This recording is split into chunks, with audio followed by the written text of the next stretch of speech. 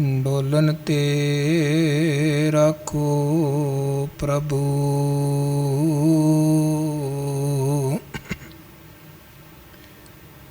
ਨਾਨਕ ਦੇ ਕਰ ਹੱਥ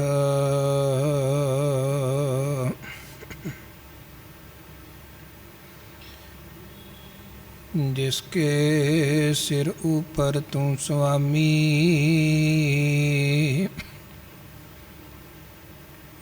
सो दुख कैसा पावै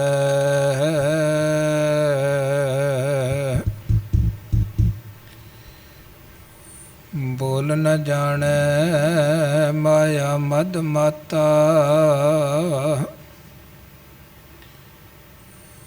मरना चीत न आवे बोल न जाने माया मद माता। मरना चीत न आवे मेरे राम राय। तू संतां का संत तेरे।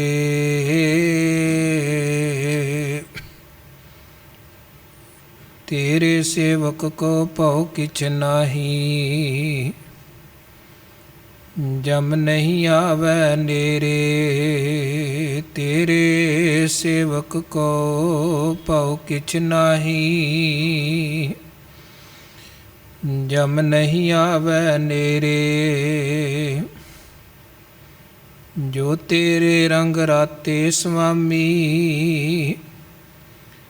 तिनका जन्म मरण दुख नासा।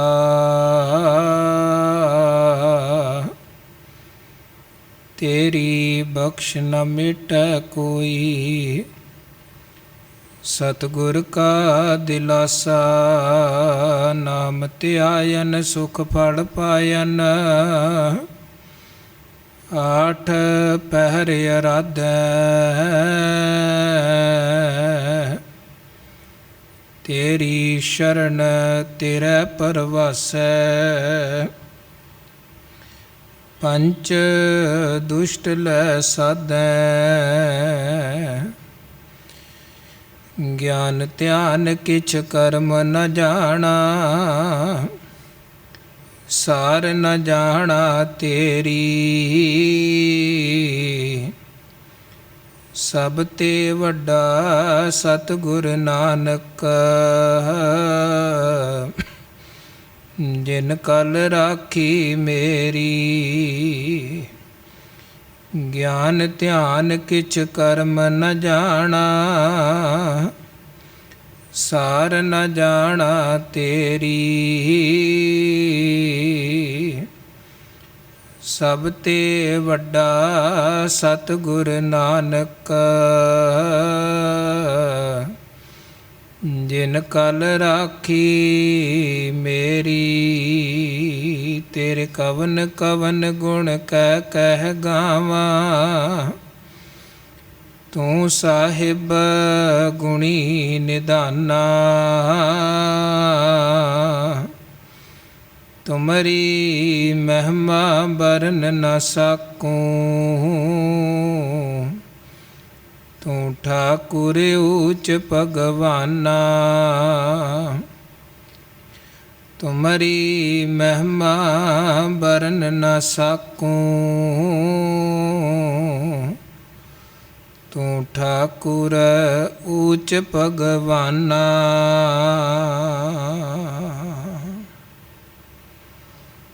जुग जुग अटल सतगुरु गुरगद्दी ते सुभाएमान गरीब नवाज दसां पातशाहियां दी जोत ਸਾਹਿਬ ਸ਼੍ਰੀ ਗੁਰੂ ਗ੍ਰੰਥ ਸਾਹਿਬ ਜੀ ਮਹਾਰਾਜ ਜੀ ਦੀ ਪਾਵਨ ਔਰ ਪਵਿੱਤਰ ਮੁਬਾਰਕ ਅੰਮ੍ਰਿਤਮਈ ਹਜ਼ੂਰੀ ਵਿਖੇ ਚਰਨ ਸ਼ਰਨ ਵਿਖੇ ਦਰਬਾਰ ਵਿਖੇ ਜੁੜ ਮਿਲ ਬੈਠੀ ਗੁਰੂ ਰੂਪ ਸਾਧ ਸੰਗਤ ਗੁਰੂ ਸਾਹਿਬ ਜੀ ਦੀਆਂ ਬੇਅੰਤ ਰਹਿਮਤਾਂ ਔਰ ਬਖਸ਼ਿਸ਼ਾਂ ਹੋਈਆਂ ਹਨ। ਗੁਰੂ ਕੇ ਪਾਵਨ ਪਵਿੱਤਰ ਦਰਬਾਰ ਵਿਖੇ ਹਾਜ਼ਰੀਆਂ ਭਰਨ ਦਾ ਸੁਭਾਗ ਸਮਾਂ ਮਿਲਿਆ ਹੈ। ਵੱਡਿਆਂ ਭਾਗਾਂ ਵਾਲੇ ਹਾਂ ਔਰ ਇਹਨਾਂ ਘੜੀਆਂ ਨੂੰ ਸਫਲਾ ਬਣਾਉਂਦੇ ਹੋਏ ਗੁਰੂ ਘਰ ਦੇ ਸਾਜੇ ਨਵਾਜੇ ਕੀਰਤਨੀਆਂ ਪਾਸੋਂ ਪਾਵਨ ਪਵਿੱਤਰ ਬਾਣੀ ਦੇ ਸ਼ਬਦ ਕੀਰਤਨ ਦਾ ਆਨੰਦ ਆਪ ਜੀ ਨੇ ਮਾਣਿਆ ਹੈ। ਕੀਰਤਨ ਸਾਡੀ ਰੂਹ ਦੀ, ਸਾਡੀ ਆਤਮਾ ਦੀ ਖੁਰਾਕ ਹੈ। ਕੀਰਤਨ ਦੇ ਰਾਹੀਂ ਅਸੀਂ ਗੁਰਬਾਣੀ ਰਸ ਔਰ ਗੁਰਬਾਣੀ ਦੇ ਆਨੰਦ ਨੂੰ ਮਾਣਦੇ ਹਾਂ। ਕੀਰਤਨ ਦੇ ਰਾਹੀਂ ਸਾਡੀ ਅੰਤਰ ਆਤਮਾ ਨੂੰ ਸ਼ਾਂਤੀ ਔਰ ਤ੍ਰਿਪਤੀ ਮਿਲਦੀ ਹੈ। ਕੀਰਤਨ ਸਾਡੇ ਲਈ ਲੋਕ ਦਾ ਸਹਾਰਾ ਵੀ ਹੈ, ਕੀਰਤਨ ਸਾਡੇ ਲਈ ਪਰਲੋਕ ਦਾ ਸਹਾਰਾ ਵੀ ਹੈ। ਇਹ ਠੀਕ ਹੈ ਕਿ ਲੋਕ ਕਈ ਪ੍ਰਕਾਰ ਦੇ ਧਰਮ ਕਰਮ ਕਰਦੇ ਨੇ, ਆਪਣੀ ਆਪਣੀ ਸੋਚ ਮੁਤਾਬਕ, ਅਕਲ ਮੁਤਾਬਕ, ਸਮਰੱਥਾ ਮੁਤਾਬਕ, ਕਿ ਸ਼ਾਇਦ ਇਹ ਸਾਧਨ, ਇਹ ਕਰਮ ਸਾਡੇ ਲੋਕ ਪਰਲੋਕ ਨੂੰ ਸਵਾਰ ਦੇਣਗੇ। ਪਰ ਗੁਰੂ ਮਹਾਰਾਜ ਜੀ ਨੇ ਜੋ ਸਾਨੂੰ ਗੁਰਸਿੱਖਾਂ ਨੂੰ, ਆਪਣੇ ਚਰਨਾਂ ਦੇ ਦਾਸਾਂ ਨੂੰ, ਸੇਵਕਾਂ ਨੂੰ ਬਚਨ ਉਪਦੇਸ਼ ਬਖਸ਼ਿਆ ਹੈ, ਸਾਨੂੰ ਹਮੇਸ਼ਾ ਉਹ ਚੇਤੇ ਰੱਖਣਾ ਚਾਹੀਦਾ ਹੈ। ਗੁਰੂ ਕਹਿੰਦੇ, ਕਰਮ ਧਰਮ ਪਾਖੰਡ ਜੋ ਦਿਸੈ, ਤਿਨ ਜਮ ਜਾਗਾਤੀ ਲੂਟੈ। ਜਿੰਨੇ ਕਰਮ ਧਰਮ ਪਾਖੰਡ ਆਦਿਕ ਹਨ, ਉਹ ਕਰਮ ਲੈ ਕੇ ਬੰਦਾ ਅੱਗੇ ਤੱਕ ਨਹੀਂ ਪਹੁੰਚ ਪਾਉਂਦਾ ਹੈ। ਉਹ ਤੇ ਰਸਤੇ 'ਚ ਹੀ ਜਗਾਤੀਏ, ਟੈਕਸ ਲੈਣ ਵਾਲੇ ਜਾਮੀ ਖੋਹ ਲੈਂਦੇ ਹਨ। ਕਹਿਣ ਦਾ ਭਾਵ ਕਿ ਉਹਨਾਂ ਕਰਮਾਂ ਦਾ ਜੋ ਸਹਾਰਾ ਹੈ, ਬੰਦੇ ਨੂੰ ਅੱਗੇ ਪਰਲੋਕ ਤੱਕ ਨਹੀਂ ਮਿਲਦਾ, ਫਲ ਨਹੀਂ ਮਿਲਦਾ। ਕਰਮ ਧਰਮ ਪਾਖੰਡ ਜੋ ਦਿਸੈ, ਤਿਨ ਜਮ ਜਾਗਾਤੀ ਲੂਟੈ। ਨਿਰਵਾਣ ਕੀਰਤਨ ਗਾਵੋ ਕਰਤੇ ਕਾ, ਨਿਮਖ ਸਿਮਰਤ ਜਿਤ ਛੂਟੈ। ਨਿਰਵਾਣ ਸ਼ਬਦ ਦਾ ਮਤਲਬ ਹੈ ਵਾਸ਼ਨਾ ਰਹਿਤ। ਵਾਸ਼ਨਾ ਰਹਿਤ ਹੋ ਕੇ ਵਾਹਿਗੁਰੂ ਦੀ ਕੀਰਤੀ ਕਰੋ, ਕੀਰਤਨ 'ਚ ਜੁੜੋ। ਇਹਦੀ ਬਰਕਤ ਕੀ ਹੈ? ਜਦੋਂ ਆਪਾਂ ਵਾਸ਼ਨਾ ਰਹਿਤ ਹੋ ਕੇ ਕੀਰਤਨ ਦੀ ਦਾਤ ਦੇ ਨਾਲ ਜੁੜਾਂਗੇ, ਭਾਵੇਂ ਕੀਰਤਨ ਕਰਨ ਵਾਲਾ ਗੁਰੂ ਘਰ ਦਾ ਕੀਰਤਨੀਆ ਹੈ, ਭਾਵੇਂ ਕੀਰਤਨ ਸੁਣਨ ਵਾਲੀ ਗੁਰੂ ਕੇ ਦਰਬਾਰ ਦੀ ਸੰਗਤ ਹੈ, ਪੂਰੀ ਤਰ੍ਹਾਂ ਗੁਰੂ ਕੇ ਸ਼ਬਦ ਦੇ ਵਿੱਚ ਸੁਰਤ ਨੂੰ ਜੋੜ ਲੈਣਾ ਹੈ। ਜੇ ਕੀਰਤਨ ਦਾ ਰਸ, ਪਰਮ ਰਸ, ਪਰਮ ਆਨੰਦ ਪ੍ਰਾਪਤ ਕਰਨਾ ਹੈ, ਫਿਰ ਹੋਰ ਸਾਰੀਆਂ ਦੁਨੀਆ ਦੀਆਂ ਵਿਚਾਰਾਂ, ਦੁਨੀਆਦਾਰੀ ਦੇ ਖਿਆਲ, ਲੈਣ ਦੇਣ ਭੁਲਾ ਕੇ ਪੂਰੀ ਤਰ੍ਹਾਂ ਸੁਰਤ ਕਰਕੇ, ਮਨ ਕਰਕੇ, ਰਸਨਾ ਕਰਕੇ, ਸ਼ਰਵਣਾ ਕਰਕੇ ਕੀਰਤਨ ਦੇ ਰੰਗ ਦੇ ਵਿੱਚ ਰੰਗੇ ਜਾਓ। ਜਦੋਂ ਕੀਰਤਨ ਦਾ ਪ੍ਰਵਾਹ ਚੱਲ ਰਿਹਾ ਹੋਵੇ, ਸੁਰਤ ਐਨ ਕੀਰਤੀ 'ਚ ਜੁੜ ਜਾਏ, ਉਹਦੀ ਬਰਕਤ ਫਿਰ ਗੁਰੂ ਕਹਿੰਦੇ ਇਹ ਵਰਤਦੀ ਹੈ। ਨਿਮਖ ਸਿਮਰਤ ਜਿਤ ਛੂਟੈ। ਨਿਮਖ ਭਾਵ ਐਨ ਮਿੰਟਾਂ ਸਕਿੰਟਾਂ 'ਚ, ਬਸ ਸਮਝੋ ਜੀਵਨ ਦੀ ਖੇਡ ਸਫਲ ਹੈ। ਪਰ ਉਹੀ ਗੱਲ ਕਿ ਜਨ ਨਾਨਕ ਇਹ ਖੇਲ ਕਠਨ ਹੈ।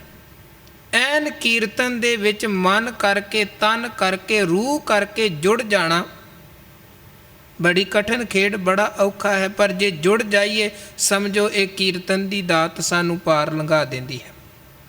ਗੁਰੂ ਕਿਰਪਾ ਕਰੇ, ਸਰੀਰ ਕਰਕੇ ਤੇ ਆਪਾਂ ਹਾਜ਼ਰੀ ਭਰਦੇ ਹੀ ਹਾਂ, ਰੋਜ਼ ਕੀਰਤਨ ਸੁਣਦੇ ਹਾਂ, ਮਨ ਵੀ ਜੁੜ ਜਾਏ ਰੱਬੀ ਕੀਰਤੀ 'ਚ, ਤੇ ਜੀਵਨ ਦੀ ਖੇਡ ਸਫਲ ਪਵੇ।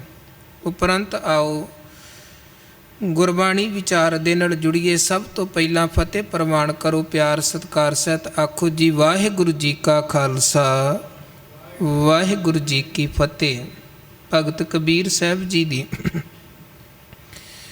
ਪਾਵਨ ਪਵਿੱਤਰ ਮੁਬਾਰਕ ਰਸਨਾ ਤੋਂ ਉਚਾਰਨ ਕੀਤੇ ਹੋਏ ਅੰਮ੍ਰਿਤਮਈ ਸ਼ਲੋਕਾਂ ਦੀ ਰੋਜ਼ਾਨਾ ਆਪ ਜੀ ਪਿਆਰ ਔਰ ਸਤਿਕਾਰ ਸਹਿਤ ਵਿਚਾਰ ਸ਼ਰਵਣ ਕਰਦੇ ਹੋ। ਇਕਾਗਰਤਾ ਤੇ ਧਿਆਨ ਪੂਰਵਕ ਵਿਚਾਰ ਸ਼ਰਵਣ ਕਰਦੇ ਹੋ। ਸਤਿਗੁਰੂ ਮਿਹਰ ਕਰਨ ਆਪ ਜੀ ਇਸੇ ਤਰ੍ਹਾਂ ਇਕਾਗਰਤਾ ਔਰ ਪਿਆਰ ਸਹਿਤ ਗੁਰੂ ਕੀ ਸੰਗਤ 'ਚ ਗੁਰੂ ਕੇ ਚਰਨਾਂ 'ਚ ਲਗਾਤਾਰ ਜੁੜੇ ਰਹੋ। ਭਗਤ ਕਬੀਰ ਜੀ ਦੀ ਪਾਵਨ ਪਵਿੱਤਰ ਰਸਨਾ ਤੋਂ ਉਚਾਰਨ 36 ਸ਼ਲੋਕਾਂ ਤੱਕ ਦੇ ਵਿਚਾਰ ਪਿਛਲਿਆਂ ਦੀਵਾਨਾਂ 'ਚ ਆਪ ਜੀ ਨੇ ਲਗਾਤਾਰ ਸ਼ਰਵਣ ਕੀਤੀ ਹੈ। ਜਿਨ੍ਹਾਂ ਸ਼ਲੋਕਾਂ ਰਾਹੀਂ ਕਬੀਰ ਜੀ ਨੇ ਸਾਡੇ ਜੀਵਨ ਦੇ ਕਈ ਪਹਿਲੂਆਂ ਨੂੰ ਖੋਲ੍ਹਿਆ, ਕਈ ਜੀਵਨ ਦੀਆਂ ਬਰੀਕੀਆਂ ਉਹਨਾਂ ਨੇ ਸਾਡੀਆਂ ਅੱਖਾਂ ਸਾਹਮਣੇ ਲਿਆਂਦੀਆਂ ਔਰ ਸਾਨੂੰ ਗੁਰਮਤਿ ਮਾਰਗ ਦੇ ਸੱਚ ਮਾਰਗ ਦੇ ਪਾਂਧੀ ਬਣਨ ਦਾ ਉਪਦੇਸ਼ ਦਿੱਤਾ ਹੈ, ਸੰਦੇਸ਼ ਦਿੱਤਾ ਹੈ। ਅੱਜ ਜਿਹੜੇ ਆਪਾਂ 4 ਸ਼ਲੋਕਾਂ ਦੀ ਵਿਚਾਰ ਦੀ ਸਾਂਝ ਪਾਉਣੀ ਹੈ, ਇਹਨਾਂ 4 ਸ਼ਲੋਕਾਂ 'ਚ ਕਬੀਰ ਸਾਹਿਬ ਜੀ ਹੰਕਾਰ ਦੀ ਗੱਲ ਕਰ ਰਹੇ ਨੇ।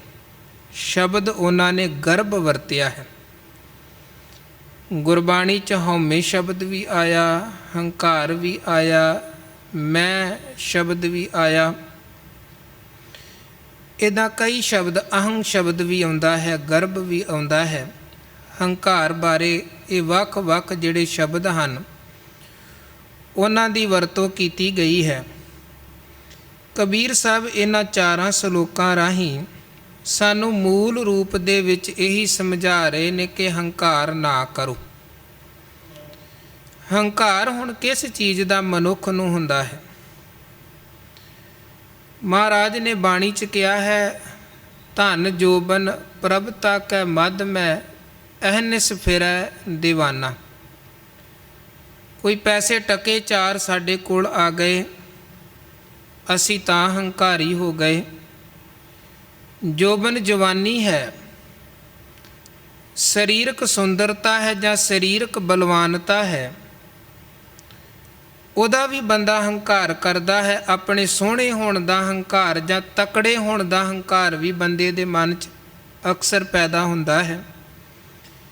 ਇਸੇ ਤਰ੍ਹਾਂ ਜੇ ਸੰਸਾਰੀ ਤੌਰ 'ਤੇ ਮਾਣ ਮਿਲ ਗਿਆ, ਸਨਮਾਨ ਮਿਲ ਗਿਆ, ਵਡਿਆਈ ਮਿਲ ਗਈ, ਪ੍ਰਭਤਾ ਹਾਸਲ ਹੋ ਗਈ, ਤੇ ਫਿਰ ਵੀ ਬੰਦਾ ਬੜੀ ਜਲਦੀ ਹੰਕਾਰੀ ਹੁੰਦਾ ਹੈ, ਹਉਮੈ 'ਚ ਫਸ ਜਾਂਦਾ ਹੈ ਕਿ ਮੈਂ ਬੜਾ ਉੱਤਮ ਹਾਂ, ਸ੍ਰੇਸ਼ਟ ਹਾਂ, ਮੇਰੇ ਵਰਗਾ ਹੋਰ ਕੋਈ ਨਹੀਂ ਹੈ।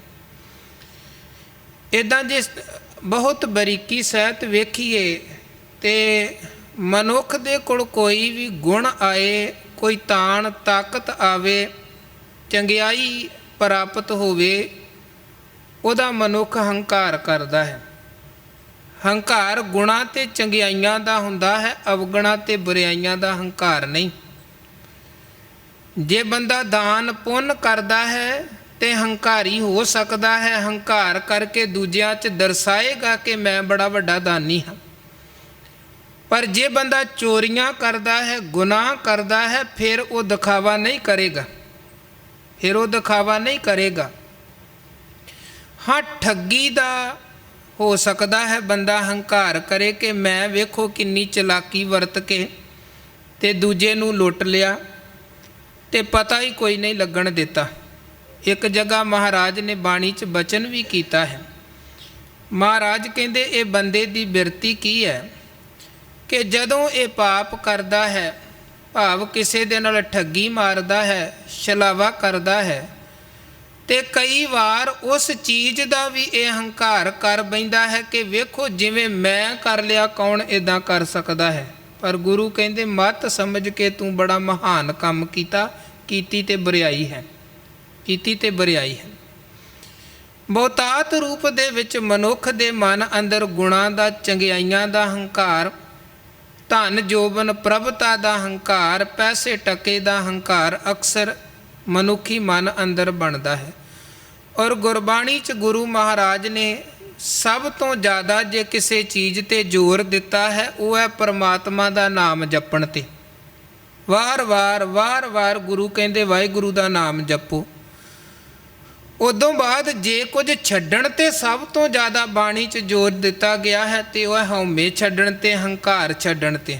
ਹੰਕਾਰ ਦਾ ਤਿਆਗ ਕਰੋ। ਵਾਰ-ਵਾਰ ਗੁਰੂ ਨੇ ਕਿਹਾ ਬੰਦਿਆ ਤੂੰ ਜਰਾ ਬਰੀਕੀ ਸਹਿਤ ਆਪਣੇ ਆਪ 'ਚ ਵੇਖ, ਤੂੰ ਹੰਕਾਰ ਕਰ ਕਿਹੜੀ ਚੀਜ਼ ਦਾ ਰਿਹਾ ਹੈ, ਤੇਰੀ ਔਕਾਤ ਕੀ ਹੈ, ਤੂੰ ਕਾਹੇ ਗਰਭ ਹੈ ਬਾਵਲੀ। ਭਗਤ ਰਵਿਦਾਸ ਜੀ ਦਾ ਬੜਾ ਪਿਆਰਾ ਇਹ ਬਚਨ ਹੈ ਤੇ ਖਾਸ ਤੌਰ ਤੇ ਜਿਹੜੇ ਪੇਂਡੂ ਇਲਾਕਿਆਂ ਦੇ ਨਾਲ ਸੰਬੰਧ ਰੱਖਣ ਵਾਲੇ ਨੇ ਉਹ ਇਸ ਚੀਜ਼ ਨੂੰ ਬੜੀ ਜਲਦੀ ਸਮਝ ਸਕਦੇ ਨੇ। ਉਹ ਕਹਿੰਦੇ ਤੂੰ ਕਾਹੇ ਗਰਭ ਹੈ ਬਾਵਲੀ, ਜੈਸੇ ਭਾਦੋਂ ਖੂੰਬ ਰਾਜ, ਤੂੰ ਤਿਸ ਤੇ ਖਰੀ ਉਤਾਵਲੀ। ਜਿਵੇਂ ਆ ਭਾਦੋਂ ਦਾ ਮਹੀਨਾ ਚੱਲ ਰਿਹਾ ਹੈ ਤੇ ਭਾਦੋਂ ਦੇ ਮਹੀਨੇ 'ਚ ਕੀ ਹੁੰਦਾ ਹੈ, ਇੱਕ ਤੇ ਅੱਜ ਕੱਲ੍ਹ ਖੁੰਬ ਦੀ ਖੇਤੀ ਹੁੰਦੀ ਹੈ, ਮਸ਼ਰੂਮ ਜਿਹਨੂੰ ਆਪਾਂ ਕਹਿੰਦੇ ਹਾਂ। ਪਰ ਕੀ ਹੁੰਦਾ ਸੀ, ਇੱਕ ਕੁਦਰਤੀ ਖੁੰਬ ਪੈਦਾ ਹੁੰਦੀ ਸੀ ਜ਼ਮੀਨ 'ਚੋਂ। ਸਾਵਣ ਮਹੀਨੇ 'ਚ ਖੂਬ ਮੀਂਹ ਪੈਣਾ। ਹੁਣ ਤਾਂ ਸਮੇਂ ਮੌਸਮ ਨੇਚਰ ਸਾਰਾ ਕੁਝ ਬਦਲਿਆ ਪਿਆ। ਕਈ ਵਾਰ ਪੂਰੇ ਦਾ ਪੂਰਾ ਸਾਉਣ ਦਾ ਮਹੀਨਾ ਸੁੱਕਾ ਹੀ ਲੰਘ ਜਾਂਦਾ ਹੈ। ਜਿੱਦਾਂ ਦੇ ਅਸੀਂ ਹੋ ਗਏ ਉੱਦਾਂ ਦਾ ਰੱਬ ਹੋ ਗਿਆ। ਗਿਆਨੀ ਮਾਨ ਸਿੰਘ ਝੌਰ ਇੱਕ ਬੜੀ ਪਿਆਰੀ ਗੱਲ ਕਿਹਾ ਕਰਦੇ ਸਨ ਕਿ ਪਹਿਲੇ ਬਜ਼ੁਰਗਾਂ ਨੂੰ ਇੰਨਾ ਵਿਸ਼ਵਾਸ ਹੁੰਦਾ ਸੀ ਕਿ 10 ਹਾੜ ਨੂੰ ਮੀਂਹ ਪੈਣਾ ਹੀ ਪੈਣਾ ਹੈ ਤੇ ਮੀਂਹ ਪੈਂਦਾ ਵੀ ਸੀ। ਤੇ ਹੁਣ ਇੱਦਾਂ ਕਹਿ ਲਈਏ ਜਿੱਦਾਂ ਸਮੇਂ ਦੇ ਨਾਲ ਬੰਦਾ ਬਦਲ ਗਿਆ ਫਿਰ ਉੱਦਾਂ ਰੱਬ ਬਦਲ ਗਿਆ ਹੈ। ਉਸੇ ਤਰ੍ਹਾਂ ਹੋਇਆ ਹੈ। ਜੇ ਅਸੀਂ ਅਹਿਸਾਨ ਫਰਾਮੋਸ਼ ਹੋ ਗਏ, ਅਕਿਰਤ ਕਣ ਹੋ ਗਏ ਤੇ ਕੁਦਰਤ ਨੇ ਵੀ ਆਪਣਾ ਵਤੀਰਾ ਤੇ ਆਪਣਾ ਸੁਭਾਅ ਬਹੁਤ ਬਦਲ ਲਿਆ ਹੈ। ਪਹਿਲਿਆਂ ਸਮਿਆਂ 'ਚ ਕੀ ਹੁੰਦਾ ਸੀ, ਸਾਉਣ ਦੇ ਮਹੀਨੇ 'ਚ ਐਨ ਖੂਬ ਮੀਂਹ ਪੈਣਾ। ਅਸੀਂ ਆਪ ਅੱਜ ਤੋਂ 15-20 ਸਾਲ ਪਹਿਲਾਂ ਵੇਖਿਆ ਹੀ ਹੈ। ਉਦੋਂ ਬਾਅਦ ਭਾਦੋਂ ਦੇ ਮਹੀਨੇ ਦੇ ਵਿੱਚ ਫਿਰ ਤਪਸ਼ ਤੇ ਪੜਾਸ ਪੈਦਾ ਹੋਣੀ ਤੇ ਉਸ ਪੜਾਸ ਦੇ ਵਿੱਚੋਂ ਜਿਸ ਜਿਸ ਜਗ੍ਹਾ ਤੇ ਜ਼ਮੀਨ ਦੇ ਥੱਲੇ ਸਿਉਂਕ ਹੁੰਦੀ ਹੈ ਉਥੋਂ ਫਿਰ ਖੁੰਬ ਪੈਦਾ ਹੁੰਦੀ ਹੈ। ਜ਼ਮੀਨ 'ਚੋਂ ਖੁੰਬ ਆਪਣੇ ਆਪ ਉਹ ਪੜਾਸ 'ਚੋਂ ਪੈਦਾ ਹੁੰਦੀ ਜਿੱਥੇ ਜਿੱਥੇ ਜਗ੍ਹਾ ਤੇ ਸਿਉਂਕ ਹੁੰਦੀ ਹੈ। ਅਸੀਂ ਆਪ ਦੇਖੀ ਹੈ ਮੈਂ, ਕਿਉਂਕਿ ਸਾਡਾ ਜੋ ਪਿੰਡ ਘਰ ਹੈ ਉਹ ਬਿਲਕੁਲ ਨਹਿਰ ਦੇ ਕਿਨਾਰੇ 'ਤੇ ਘਰ ਹੈ। ਜਿਵੇਂ ਆਪਣਾ ਗੁਰੂ ਘਰ ਸੜਕ ਦੇ ਉੱਪਰ ਹੀ ਹੈ ਤੇ ਉਹ ਨਦੀ ਦੇ ਕਿਨਾਰੇ 'ਤੇ ਕਾਫੀ ਦਰਖਤ ਤੇ ਹੋਰ ਸਰਕੜਾ ਕਾਈ ਆਦਿਕ ਹੁੰਦੀ ਸੀ, ਜਿਹਦੀਆਂ ਜੜ੍ਹਾਂ ਦੇ ਵਿੱਚ ਆਮ ਤੌਰ 'ਤੇ ਕੁਦਰਤੀ ਸਿਉਂਕ ਲੱਗ ਜਾਂਦੀ ਸੀ। ਸਾਉਣ ਦੇ ਮਹੀਨੇ 'ਚ ਮੀਂਹ ਪੈਣਾ ਤੇ ਭਾਦੋਂ ਦੇ ਇਹਨਾਂ ਦਿਨਾਂ ਦੇ ਵਿੱਚ ਸਵੇਰੇ ਸਵੇਰੇ ਖੁੰਬਾਂ ਨਿਕਲਦੀਆਂ ਸਨ। ਅਸੀਂ ਆਪ ਸਵੇਰੇ ਸਵੇਰੇ ਤੜਕੇ ਹੀ ਖੁੰਬਾਂ ਪੁੱਟਣ ਚਲੇ ਜਾਂਦੇ ਸਾਂ ਸਬਜ਼ੀ ਆਦਿਕ ਬਣਾਉਣ ਦੇ ਲਈ। ਹੁਣ ਮਹਾਰਾਜ ਕਹਿੰਦੇ ਉਹ ਖੁੰਬ ਵੇਖ ਤੂੰ ਭਾਦੋਂ ਦੇ ਮਹੀਨੇ ਦੀ। ਉਹ ਕੀ ਹੁੰਦਾ ਸੀ, ਸਵੇਰੇ ਸਵੇਰੇ ਤਾਂ ਜਾਂਦੇ ਸਾਂ ਕਿਉਂਕਿ ਜਿੰਨੀ ਦੇਰ ਨੂੰ 8-9 ਵੱਜਣੇ ਧੁੱਪ ਪੈਣੀ ਤੇ ਉਹ ਖੁੰਬ ਐਨ ਕਾਲੀ ਹੋ ਜਾਣੀ, ਖਤਮ ਹੋ ਜਾਣੀ। ਉਹਨੂੰ ਵਕਤ ਸਿਰ ਪੁੱਟ ਲਿਆ ਫਿਰ ਤੇ ਉਹਨੂੰ ਵਰਤ ਸਕਦੇ ਹਾਂ। ਜੇ ਉਹ ਰਹਿ ਗਈ ਤਾਂ ਫਿਰ ਉਹ ਕਿਸੇ ਜੋਗੀ ਨਹੀਂ ਰਹਿੰਦੀ। ਤੇ ਭਗਤ ਰਵਿਦਾਸ ਸਾਹਿਬ ਕਹਿੰਦੇ ਤੂੰ ਕਾਹੇ ਗਰਭ ਹੈ ਬਾਵਲੀ ਹੈ, ਮੂਰਖ ਜੀਵ ਆਤਮਾ ਪ੍ਰਾਣੀ, ਤੂੰ ਕਿਸ ਚੀਜ਼ ਦਾ ਹੰਕਾਰ ਕਰ ਰਿਹਾ ਹੈ। ਉਹ ਭਾਦੋਂ ਦੀ ਖੁੰਬ ਵੇਖ, ਸਵੇਰੇ ਪੈਦਾ ਹੋਈ ਤੇ ਕੁਝ ਸਮੇਂ ਬਾਅਦ ਹੀ ਉਹ ਮੁੱਕ ਜਾਂਦੀ ਹੈ। 2-3 ਘੰਟਿਆਂ ਬਾਅਦ ਉਹ ਖਤਮ ਹੈ। ਕਹਿੰਦੇ ਉਹਦੀ ਤਾਂ ਫਿਰ ਵੀ ਉਮਰ ਕੋਈ 2-3 ਘੰਟੇ ਹੈ। ਤੇਰੀ ਜ਼ਿੰਦਗੀ ਤਾਂ ਤੇ ਇੰਨਾ ਵੀ ਭਰੋਸਾ ਨਹੀਂ ਹੈ, ਵਿਸਾਹ ਨਹੀਂ ਹੈ, ਸਾਹ ਆਇਆ ਅਗਲਾ ਆਉਣਾ ਕਿ ਨਹੀਂ ਆਉਣਾ। ਤੂੰ ਕਿਹੜੀ ਚੀਜ਼ ਦਾ ਹੰਕਾਰ ਕਰ ਰਿਹਾ ਹੈ। ਤੂੰ ਕਾਹੇ ਗਰਭ ਹੈ ਬਾਵਲੀ, ਜੈਸੇ ਭਾਦੋਂ ਖੂੰਬ ਰਾਜ, ਤੂੰ ਤਿਸ ਤੇ ਖਰੀ ਉਤਾਵਲੀ। ਕਹਿੰਦੇ ਭਾਦੋਂ ਦੇ ਮਹੀਨੇ ਦੀ ਖੁੰਬ ਤੋਂ ਵੀ ਜ਼ਿਆਦਾ ਤੂੰ ਉਤਾਵਲੀ ਹੈ, ਤੇਰਾ ਉਹਨਾਂ ਵੀ ਭਰੋਸਾ ਕੋਈ ਨਹੀਂ। ਫਿਰ ਹੰਕਾਰ ਕਿਸ ਗੱਲ ਦਾ, ਹਉਮੈ ਕਿਸ ਗੱਲ ਦੀ ਹੈ।